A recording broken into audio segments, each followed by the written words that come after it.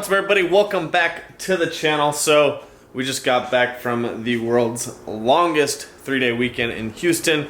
I've got a huge vlog on that. It'll explain everything that happened, the good, the bad, the really bad that happened yesterday. So anyways, that's gonna come tomorrow because I need some time to edit that. But anyways, the 2019 Mustang Shelby GT 500 was released today, so I really want to make just a quick video on that, kind of my opinions, obviously because I'm a Hellcat owner and my brother's a Demon Trackhawk and a Hellcat also, kind of the Mopar fan club in here, but we do respect nice cars when they come out.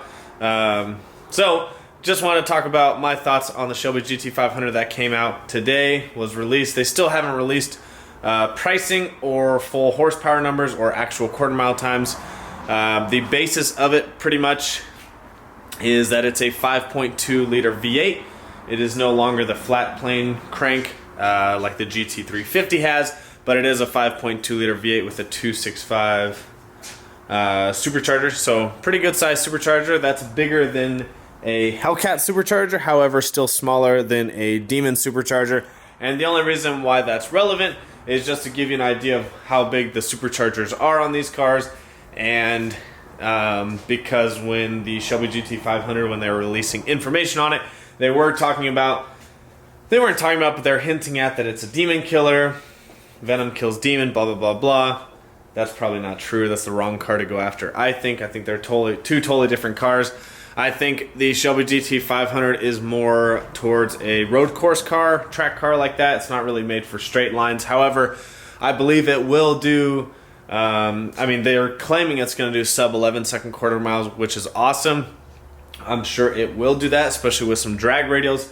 The Hellcats, the fastest stock Hellcat on drag radials, I believe is in the 10.7 or 10.8, and it's pretty easy to accomplish that with a set of drag radials, and that's just the regular Hellcat. So you got to think the regular Hellcat's been out since 2015, and now we have the Hellcat Red Eye, which should go low 10s with some drag radials. They've already had a guy go out and run 10.5 his first night out, so I'm assuming once people get used to the car, that'll be a low 10 second car. So I don't quite think the Shelby GT 500 is there. I think it's a little bit behind, because if you think the Hellcat came out in 2015 and was already 700 horsepower back then, and it was already running 10s back then with a set of drag radials, we are now in 2019, 4 years later, and the Shelby GT 500 is just now being released, and it's just now their fastest ever produced Mustang. And so I think they're a little bit behind. Obviously Chevrolet's kept up with the Corvette ZR1. Awesome platform, came out at the right time.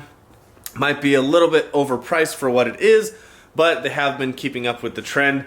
And obviously I still think, even though I'm a little bit biased because of the vehicles we own, I still think Dodge is kind of on the forefront, and everyone else has been trying to just keep up.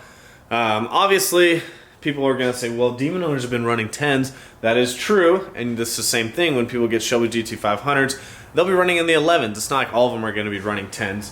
But however, there is Demon owners running 9.8s and 9.7s, especially now in the good weather, with stock Nitto tires. So it's all possible. It's not that everyone's going to go out and do it. Same thing with the Shelby GT 500.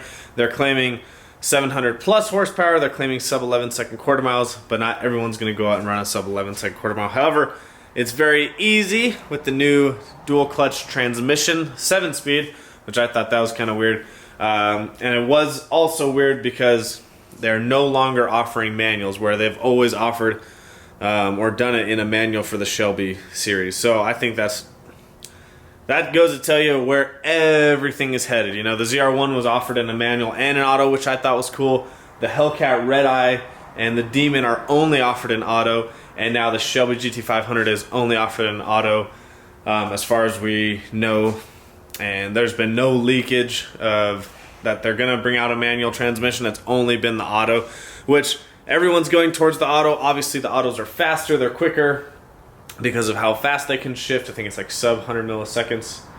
I don't know the exact time, but it is very fast, and that's the way that they're going. However, if you've ever driven one of these V8 supercharged cars with a manual transmission, they are very fun to drive, but if you want to be the fastest guy out there, auto transmission is the way to go. Whether you like it or not, doesn't matter if you're the best driver in the world. That's just the matter of fact. Other things I do like, I really like the front end of the Mustang.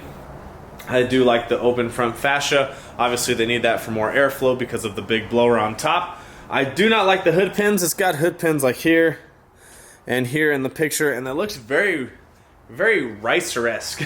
It looks very Ricer-y, and I get they had to do it because they said they need to do it to hold the hood down because it's a very lightweight hood, and under pressure, I'm guessing the hood vibrates a lot, but they're black. They couldn't even body match color them. Like, I don't know, they just stand out like a sore thumb. You got this really cool hood, really cool vents in the middle, and then you've got these really ugly Pet Boys looking hood pins on the side, which I've never been a fan of hood pins unless you absolutely need them, and even then I would probably paint them to match the color of the car. But that's kind of like one of the little things that bugs me. There is a carbon fiber wheel option, which I haven't released pricing on that, but I'm assuming that's going to be very expensive as well, because you can get that on the GT350R. That's going to be very expensive. There is a rear seat delete to save some weight. I really do like the seats on the Shelby GT500. I like the Alcantara steering wheel with the large oversized paddles. What I do not like, and I'm going to put a picture here, is the screen and the layout of the buttons is the exact same as a Mustang GT. You think they would have done something a little bit different, but the radio and all the buttons for the AC and everything is the exact same. So, kind of a letdown on that. It does have a track wing on the back, obviously because I think it's more of a track car more than a straight line car. But those are pretty much my thoughts. Kevin's about to cold start the Trackhawk, which is going to be very loud.